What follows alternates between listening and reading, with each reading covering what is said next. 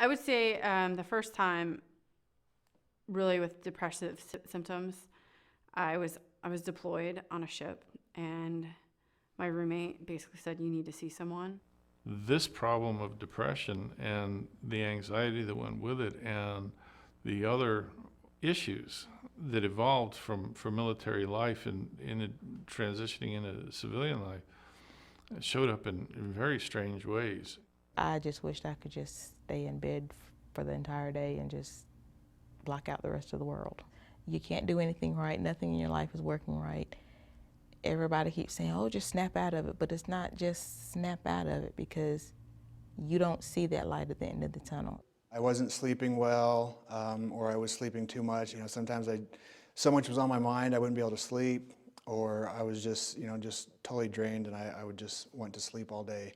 Didn't really want to be around people. I tried to isolate myself and stay away from others, and just because I wasn't really comfortable speaking with them and talking about what was going on in my life. And it felt empty. I would wake up, it's hard for me to want to go to work. I realized that I have some anger, I have some depression issues.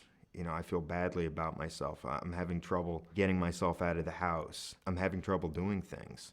Most of the issues that I was feeling at that time were related to depression. I had to refocus my direction. Civilian life just didn't seem as structured as I would like it to be. I didn't want to feel anything. I wasn't capable of feeling anything. I just wanted to be numb. I got out in 93. I didn't seek help until 1997, and that was through a friend of mine who was going to the VA, and she said, you're not getting out of bed, you're not doing anything, you're not taking a shower, and you really need to get some help besides medication and besides just laying around. All of a sudden, I wasn't surrounded by people who got it. My wife, my kids didn't understand why I was different, and I didn't understand them anymore. So I pulled away when I first got out. I thought it was, everyone else's fault that they didn't get me. My wife said very plainly, and I completely get why she said it. I don't blame her for it. She said, look, either you get help or I get out.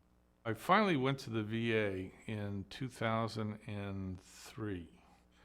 And it was because I had been working with veterans and saw the other veterans that were having problems were getting help. And it was working. VA was working. These veterans that would get into the system and get their health benefits and move on with their lives. I went to the cognitive thinking therapy, I think it's called CBT, and that was very beneficial to me. It was a one-on-one where I sat down with the counselor and, told him about some of the situations that I was in. Once I got there, it was like an immediate effect, talking about all these things that I never had the opportunity to discuss with anybody, or the whys of what happened to me and how I feel now. When I released that self-defense and I allowed those walls to come down, I began to interact with my counselor, and it seemed like on a personal level, where you have somebody you can trust. They can give you advice, suggestions, and I can either take them or leave them. But it's coming from a third party, a neutral observer. So I talked to some more doctors and tried a couple of things, like antidepressants. At first they didn't work really well. I went back and we talked about it more, and we kind of changed some things. And then it started to help a lot, surprisingly, because I kind of never really believed in, I always thought that it was all in your head kind of thing, like, oh, you're not really depressed, you just need to smile more or something like that. But it's a real thing. It was the trauma counselor that really, really helped me. She did a cognitive behavior therapy with me. She began to show me ways that those, thinking more positively and even just changing words a little bit. It's not the rest of my life is going to be bad. It was just in the past. This part of my life didn't go exactly the way I wanted it to, but I have the whole future ahead. It made it a lot easier, because then once I could recognize what was making me feel that way, then I can like talk myself down off that ledge to where when I start having those feelings, I can reach back into reality and say, okay, no, this is what's really going on. So it's made life easier.